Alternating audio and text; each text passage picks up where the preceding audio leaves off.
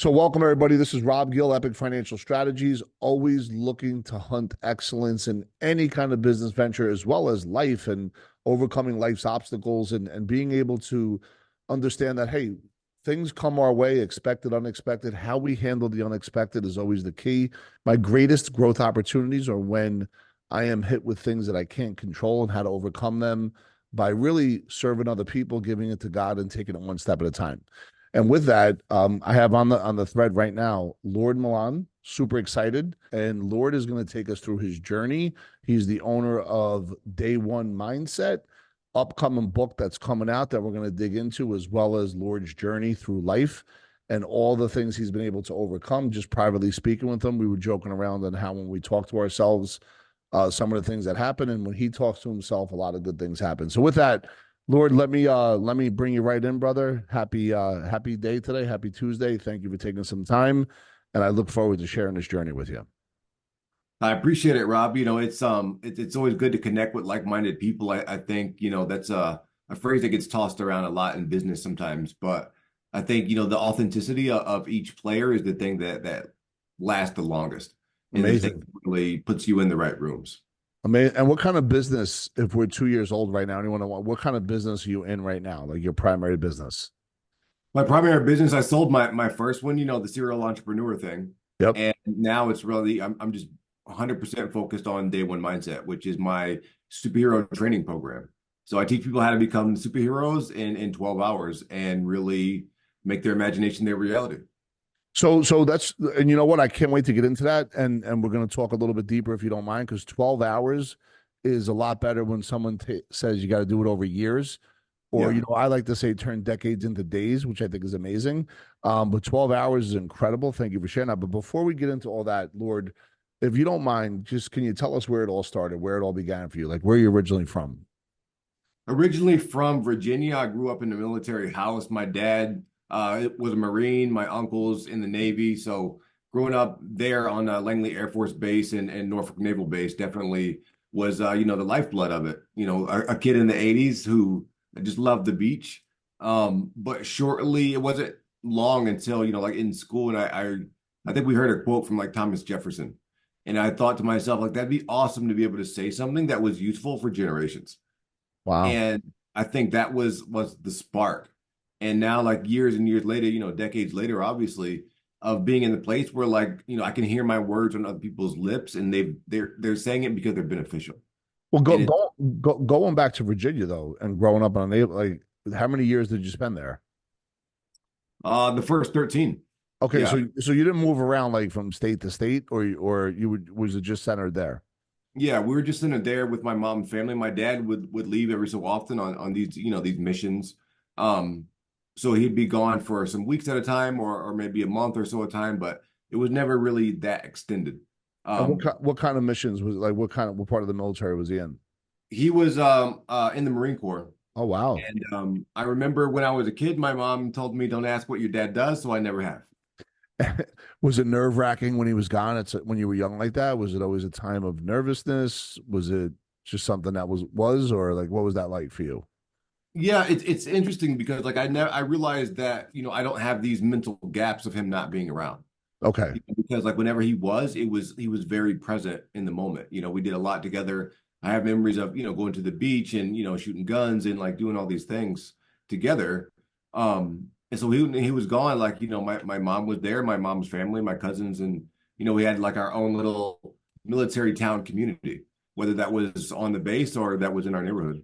So that's an interesting thing. So you have the military community, right? Which I think must have been incredible. So you always had people around you, I assume. And was it really like was always a lot of friends and always a lot of people that you kind of came up with through the years? Yeah, it was always, the life that we didn't have to explain to other people. Like we knew we were in our own little unit. It's kind of like that shared struggle of like, yeah, my dad's off or my mom is off too, kind Yeah. of thing. But like we had our own, games, our own life and stuff. And like no matter what was going on, the chaos of our neighborhood at times, like our house was always that bubble Yeah. of education and faith and hard work and all these things. So like you would go to a normal school where all other kids went, but then when you get home, there was always the military kids that knew each other as well, right? Was it like that kind of separation? Yeah, yeah. Yeah. That must have been pretty cool, right? Being able to see all the different things or Yeah, it was definitely cool. And like, being able to, watch the Navy SEALs do close combat training and on the beach and see rocket launchers. And I felt like I was a part of like an exclusive world. So maybe that's definitely. why I have the superhero training now, because I've always had heroes around. You know what's funny? I grew up in Bayonne, New Jersey, and I'm 53 years old. And at one point, I played basketball, but at one point in grammar school, there was a military base in Bayonne. And for like 3 months, Shaquille O'Neal was at that military base and played in our grammar school basketball league. It was the craziest thing. Funny. You know what I mean? Like now he traveled all over the world, as you know. But there was that one time, and I think it was fifth or sixth grade that he lived in Bayonne. Pretty interesting. So now you're there for the first 13 years. You go to high school. What does the journey look like there? Yeah, when my dad was as I was getting older, age like 10, 11, 12, my dad was kind of like weeding himself out of the military life. Got it. Um, Started doing the reserves, the Air Force reserves, and got a job where he was going to be managing in a whole different sector in the private sector here in Michigan, and just uprooted our entire life from me finding out we're moving to us moving to Michigan was like 32 days. Was that tough? It At that, was it was tough. Like I took yeah, it personal because my whole life was there. yeah, yeah. We're moving to a place called Kalamazoo, Michigan, which is I was like, does that even exist? What is this place? And it was definitely, that foreign territory. And I, like most kids at that age, I just started rebelling really hard. Yeah. And And it made things really tough for me, made things tough for my parents. And that was, where I was mentally, but really at the same time, I was a 4.0 student and an athlete. wow. What I kind of played sports? football and Yeah. ran track. I did swimming. I was always doing two sports simultaneously as much as I could. Wow. That's amazing. And which, all that dedication, all that hard work, all that, effort really solidified, who I was as a person. I'm willing to do the hard thing when nobody's looking.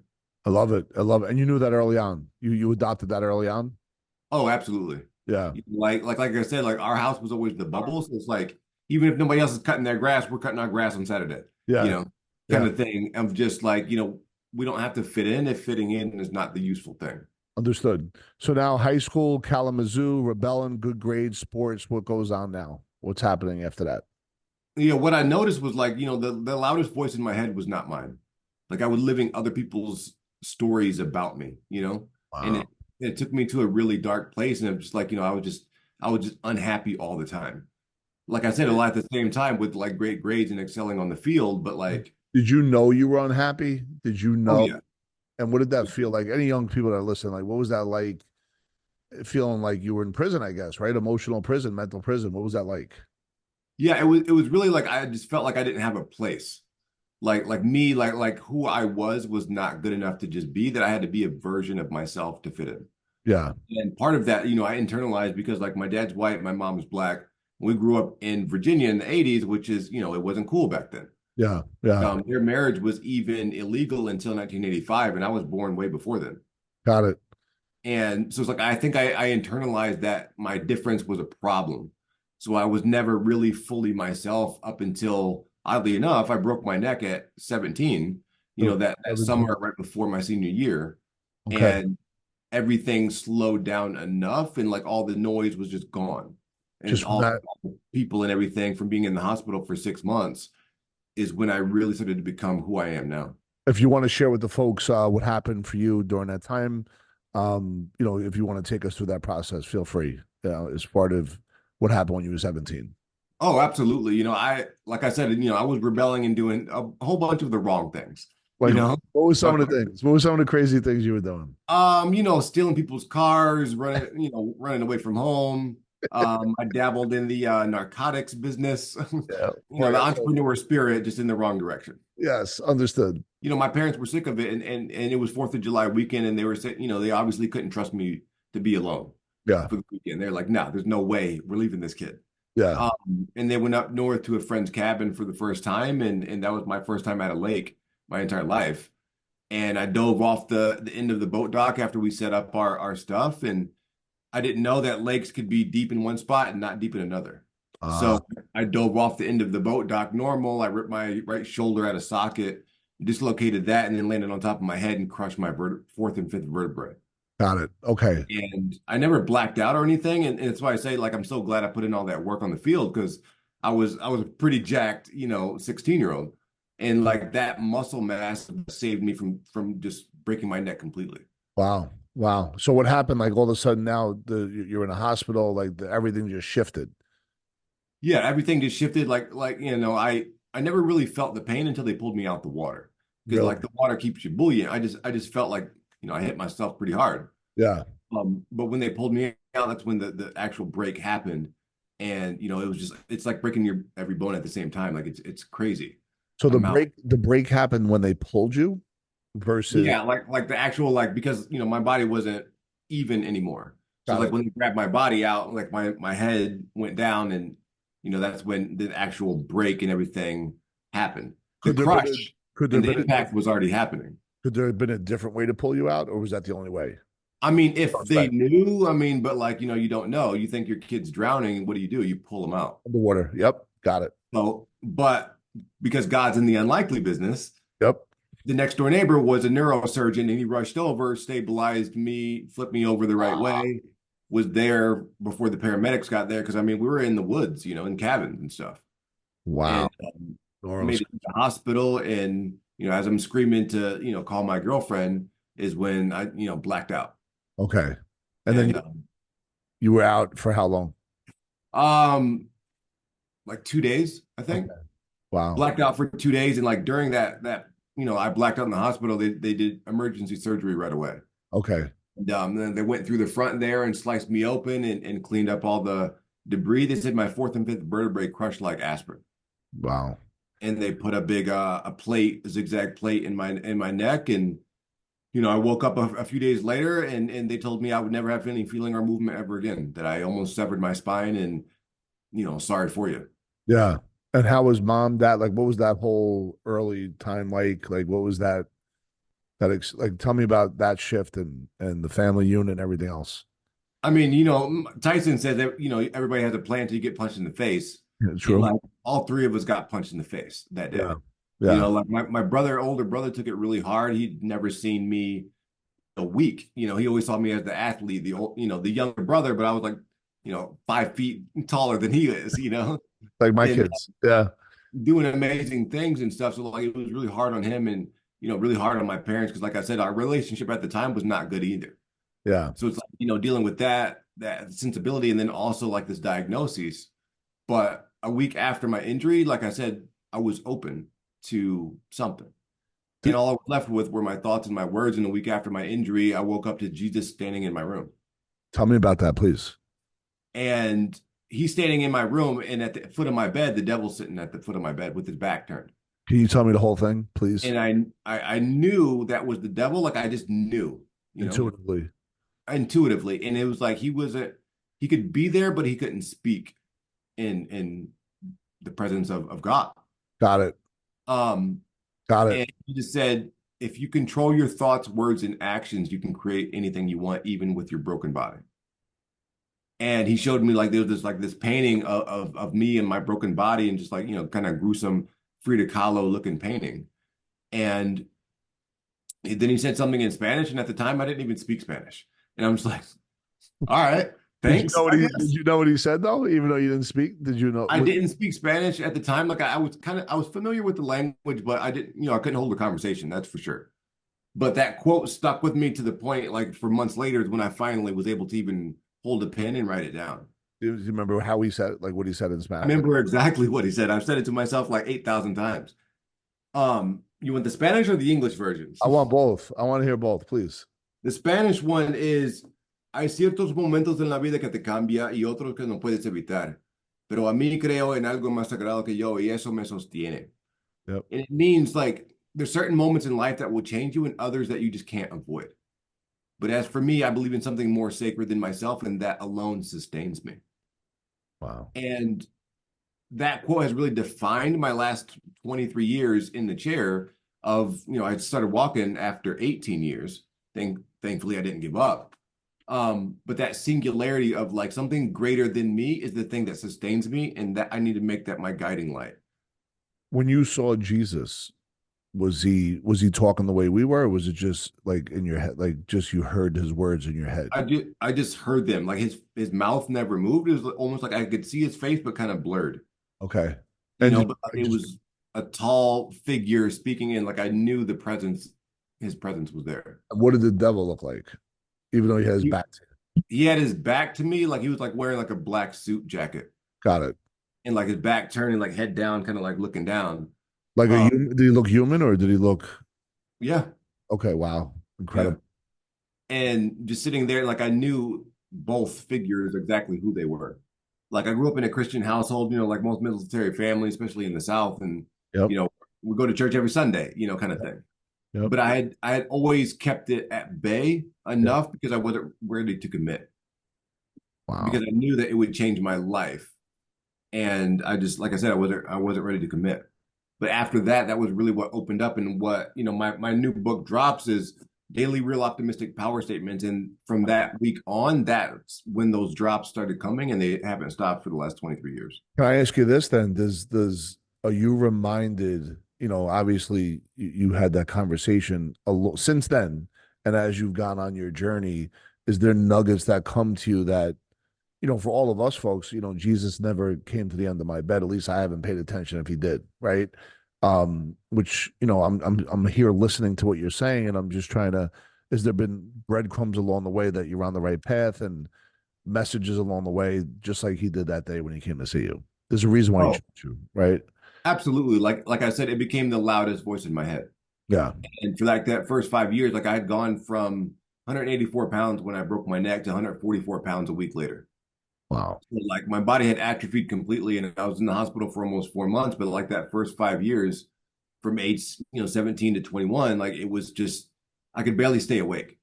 Really? You but like I said, I was so open that like when I was awake, I spent all my time just listening and praying. That's it. Were you writing and stuff, or just listening and praying, or were you like, Listening and praying, and I started writing as much as I could. Like I had to have an apparatus to even hold a pen. got it, um, got it? and really narrowed down everything in my life to really a handful of singular things. Wow. And like I was just listening all the time. So it was like, okay, here's what you go to college for. Here's what you do next. Here's what you do next. And like I'd go along that path, and then I'd hear another quote. I'd hear another quote, and I'd write that down. And like I'd go along, and then I'd hear another quote, and I'd write that down. And I started collecting those, and then eventually, like all these like scraps of paper became my first book. And then I Wow. started putting those on Twitter, and then hundreds later, now I put them in the new book. And like I said, they've never stopped for the last 23 years. That's great. And the family unit, got stronger through this product. Like, how did that? Oh, impeccable. Yeah. Because like I said, it's like when I the great thing is in something that I really remember from my master's program is this one phrase, las llamas de amor, which means the flames of love. And like when you think about fire, you're like, I don't think that's very loving. Like I think of pain, I think of hell, these things. But it's like it's really that time was so rough, I think, because I had to burn off everything that wasn't necessary. Got it. And nowadays, like when people ask me how I am, I say I'm good as gold Mm. because gold's been fortified, gold's valuable, gold's hardened. Yeah. Yeah. But yeah, the family thrived. After that, I spent a lot of time with my mom because I couldn't take care of myself, and she's like, I'm not working, so Yeah. wherever I go, you go. I'm like, all Yeah. right.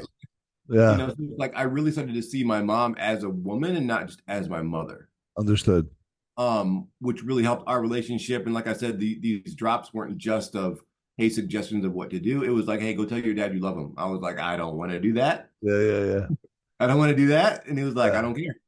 And I Yeah. was like, and like the voice got so distinct that it was like just like my friend. Yep. So it's like now when I talk about my kids, like I don't even say Jesus anymore. I say Yeshua. I'm like, let me call him like his mom called him. Let me call Yeah. him, How many? by his How many? given name. How many kids do you have? Three. You have three kids, and is your wife Latina? Because you say you speak Spanish now. I'm only assuming. Yeah. I Is that did marry a Latina that can pronounce Spanish words but cannot speak Spanish. okay? All right. I guess it wasn't specific enough when I prayed about that one. Okay. Got it. Got it. But do you speak fluent Spanish or? I do. I'm fluent in Spanish, English. I'm learning French, and I Wow. know Arabic and Hebrew now too. Is that all because of like Bible and spirituality? Like, what is all that for you? Like I said, like early on, I was like language, and like I just figured if I could speak more languages, I could understand more things. Yeah. And the older the language, the more interesting it was for me. So, I got my master's degree in Spanish literature, like in Spanish, like I took the whole program in Spanish It's amazing. and studied linguistics as well to really be able to capitalize on the words that we use all the time.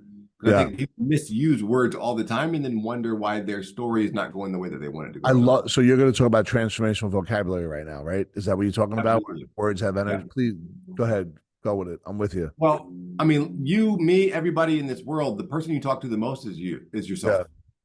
Like, and that's the first pillar in my program is self-talk. And it's like, if you can start to control your words and your story about yourself, then you can start to give yourself different parameters. And the basis of everything that you believe and that you think and that you value is the story that you're telling yourself about it. Like Mm. the story you tell yourself about your mother is the reason that you buy her dinner. The story you tell yourself about your kids is the reason that you don't smack them when they're disrespectful. It's like, I love you too much, kind of thing. Yeah. It's like once I started to control my story, then everything else started to change. And it's weird to say, but I'm thankful that that's all I was left with when I broke my neck was my thoughts and my words about my life. Because as soon as I started to really dictate those and toss off everything else that wasn't useful, I saw immediate change because a week after Jesus came and I started to change my internal dialogue, my feeling came back head to toe. And the doctors were baffled. And they're just like, dude, how is this possible? And I was like, I didn't ask how it's possible. I just started doing it.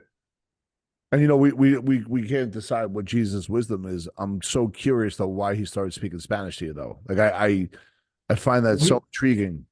Here's the thing. Let's draw the thread, right? Because that's the only thing that he said in Spanish was that first drop, that first optimistic power statement Yeah. before I even had the whole thing.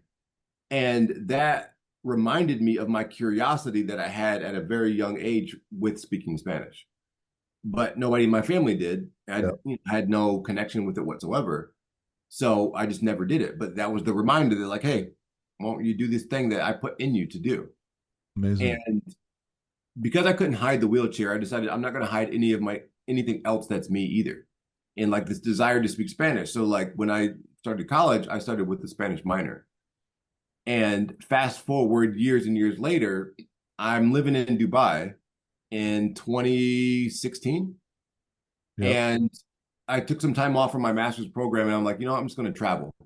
So I went to Switzerland for a while. I went to Dubai and I get a phone call from somebody, a doctor at my alma mater. And she's like, hey, can you come in and teach Spanish for Upward Bound, this college prep program over the summer? Our person backed out. And I was like, I'm in Dubai. Like, she's like, well, when do you come back? I'm like, I land on Thursday. She's like, it's fine. I don't need you till Monday. I'm like, all right. Yeah. Like, I trust you. I know you're fluent, blah, blah, blah. You can teach. Okay, fine. So I take the job, as a favor.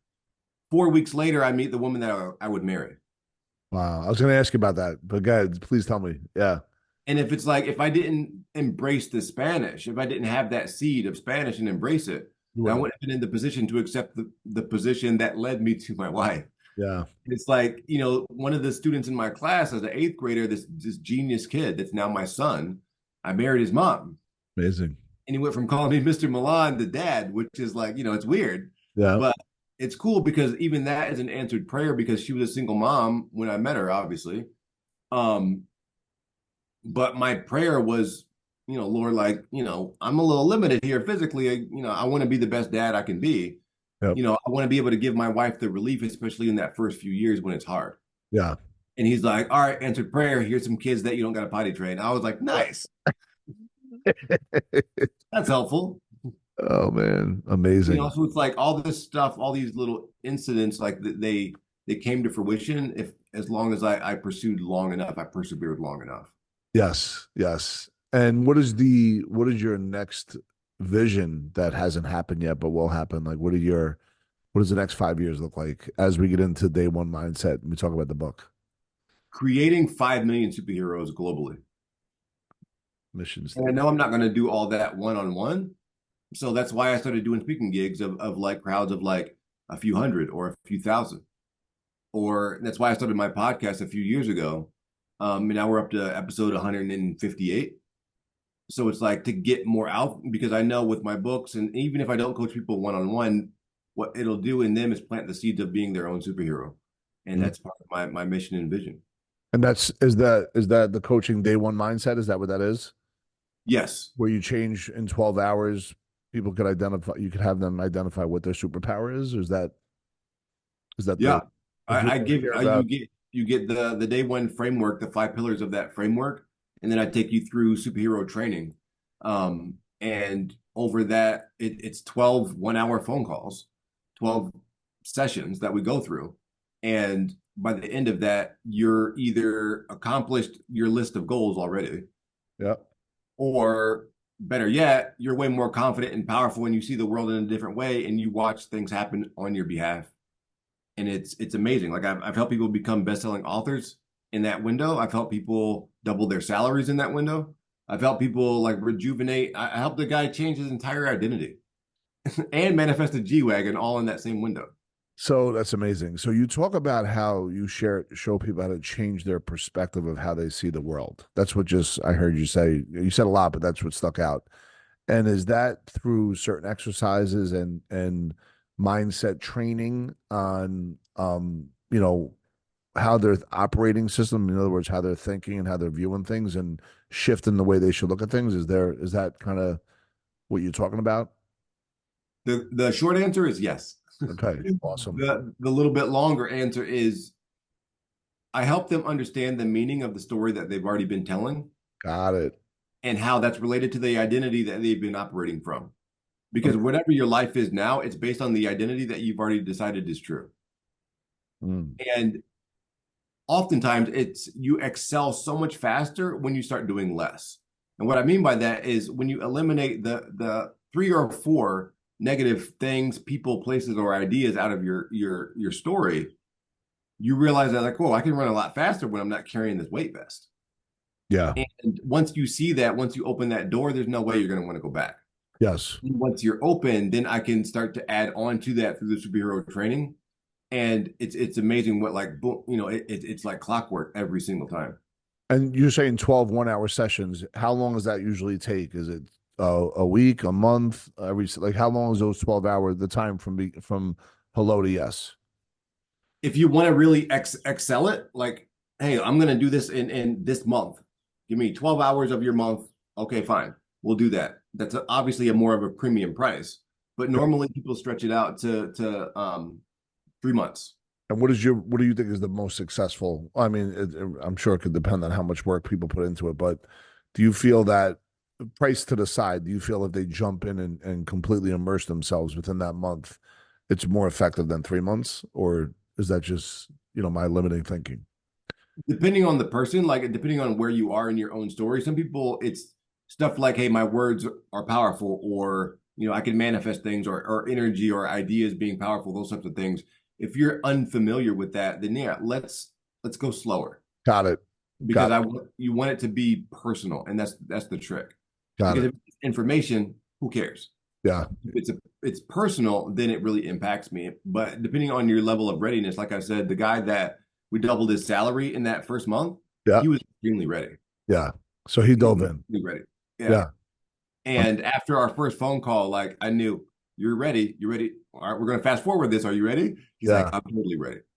And not only did we do that, like I was like, all right, now that we did that, he's like, the main reason was because he wanted to have him and his wife had been struggling to get pregnant. And he's like, we're gonna have our first kid in a few weeks. I Yeah. don't want to miss anything. If I double my salary, I'll have more time with my child. Yeah. So like the layers of motivation on top of the money, Yeah. Yeah. immediacy of it. I'm like, okay, let's fast forward this thing. Got it. And the And he goal. stayed with me for a couple, weeks after that, maybe a couple months after that, and then he went off, and now this guy's like in the real estate game and changing other people's lives. It's awesome. And for you, it's like the goal in the next 5 years through social media, through speaking, is to save 5 million people so they could be their own superhero to help make the world a better place. That's Absolutely. amazing. And the name of the company is Day One Mindset. What's the name of the book coming out? The book is called Drops for Quantum Leapers. Tell me more about that. If there's anything else that I missed so far, because I love that title. Yeah, drops is like I said, wherever you are, you didn't get there all at once. You got there a drop at a time, That's right. basically. Yeah. An idea, an experience, time. Yeah. So it's like the drops is really from what it started after my injury of a daily, real, optimistic power statement. So it's like that's what you're infusing into your life. And like the first book, Drops, I put out, and on each page it says day one so that you can never get behind. And the reason that I named it Day One Mindset, because, like the quote says, the days are long, but the years are short. And your entire life will be more of what you want if you make today matter. Drop stands for daily, realistic, optimistic. What was the P? Daily, real, optimistic power statements. Real, optimistic power statements. Got it. I love this. In the new book, like there's a reflection page. So like each page you open up, there's a quote, you read that quote, and then there's a reflection section that you can chronicle your own growth. And I designed it in this order to basically quantum leap your thinking without effort. Talk more about quantum leaping your thinking. Like we're all 2 years old. I think I know what it is, but I'd like to hear your perspective. Quantum leaping really has to do with what you believe is possible versus what is actually possible. And what's the difference? You can think about like, say, like there's three types of goals, A, B, and C. Yep. A goal is like, I need to charge my phone. I'm going to walk over here and I'm going to plug it in. No big deal. A B type goal is, I'm making 50K. I would love to make $100,000 and buy my mom a house. You don't necessarily know how to do it, but you know that you could figure it out. It could take some time, maybe make some phone calls, maybe make some changes in your life. You could figure it out, right? A C type goal or a quantum leap is like, I would love for this thing to exist, and I have no idea how to make that happen. Got it. Like it seems unrealistic is an understatement, Got it. And the quantum leap is when your mind accepts that the desire and the feeling and the story, the fact that those already exist mean that version of you already exists as well. Got it. And as soon as you can accept that that's true and that whenever it happens, it will be today. And your mind, your RES system in your brain goes to work to prove that as fast as possible. And it's kind of like it's on autopilot after that. Are you talking about frequency right now? I'm talking about a lot of stuff. Yeah. Yeah. Yeah. But it's awesome because like your life is based on the story that you tell yourself, and your results are based on the story that you choose to believe about that. And it's like as soon as your mind wants to prove you right, essentially. Like if you believe that like, these people are bad, your mind will give you situations and ideas to prove that right. We're all geared, your mind is geared to listen to you and to prove you right. So like when you know that and you start to change your story and the parameters and the things that I guide you through in my coaching, it happens so fast because I've been doing it for 23 years. So I can narrow things down in that sort of a window because I've seen it work in every situation. So what do you say to somebody that, and let's say close to you, that, they're telling themselves a story and that story is right to them, but it's so wrong and it's putting them down a path that there's going to be consequences or maybe even unintended consequences.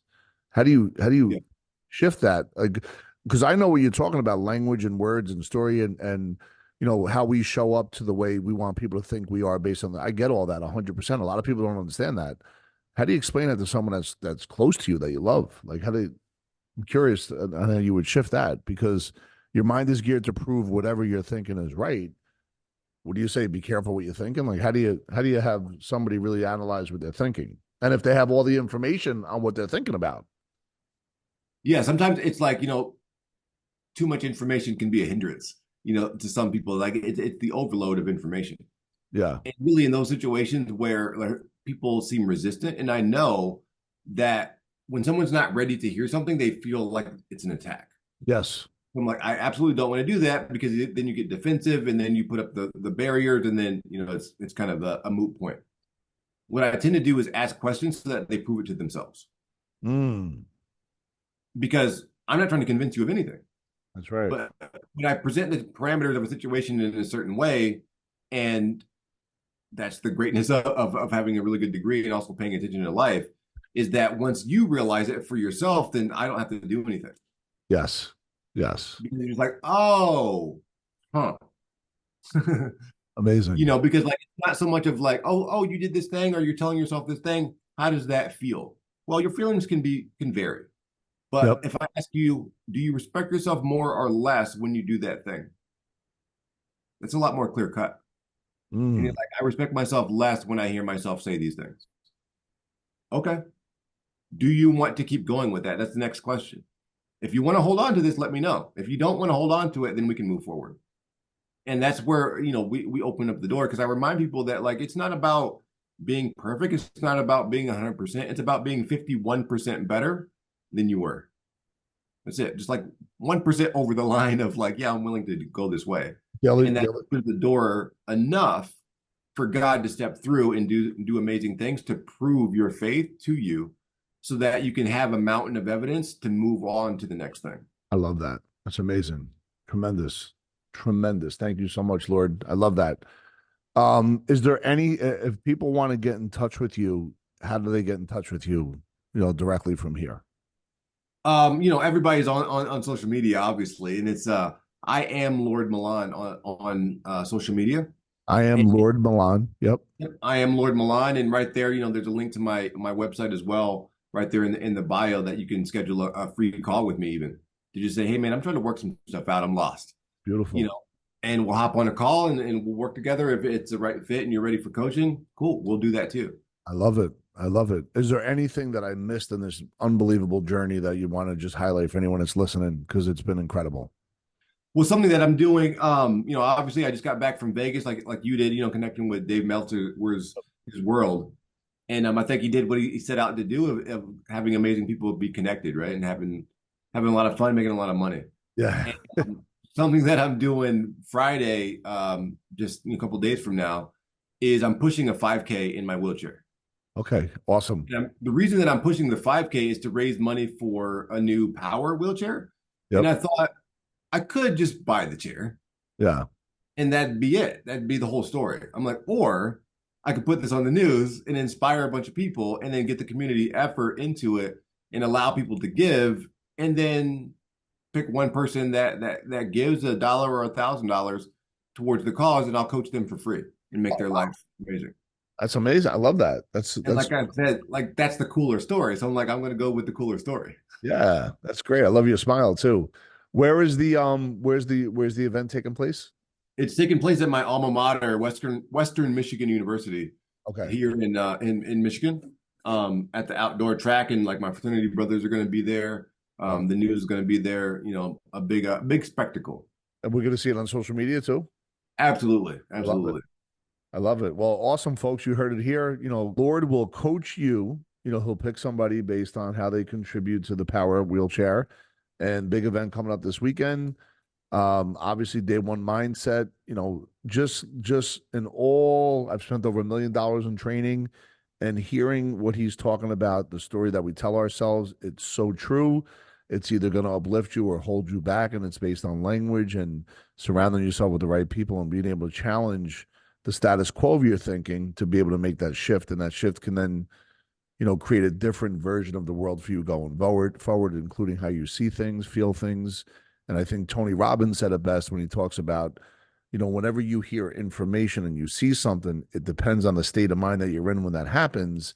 And if that association doesn't get challenged, if it's suboptimal, you have to challenge it with empowering questions versus disempowering questions. So Lord, that's where you brought me today. And thank you so much, brother. I really appreciate it. Looking forward to connecting with you more. And thank you so much for your time today. Once again, Day One Mindset book coming out drops. And it's a how to quantumly leap forward. That's my version of what you just said. If you want to clean that up, Lord, please do. Awesome. No, I appreciate your time and all of this has been fantastic. And like I said, it's being more open with people and sharing my story is the thing that makes me the most valuable. And that was my biggest concern after I broke my neck, and now that prayer is solved. It's a gift. I asked God for an epic life, and He gave me an epic challenge, Epic. and that epic challenge has given me an epic life. So it worked Yes. out. Well, thank you so much. I appreciate it, man. And I look forward to having some more conversations. Likewise. Okay. One last time. How do people get in touch with you? I am Lord Milan on Instagram, or simply go to day1mindset.com. That's DAY, the number one, mindset.com. Okay. Awesome. Have a great day, and thank you so much. And folks, remember, if you have any comments, add comments below. If you want a personal connection with Lord, let me know. And if there's any videos you want me to do, or any other topics you want us to talk about, feel free to let us know as well.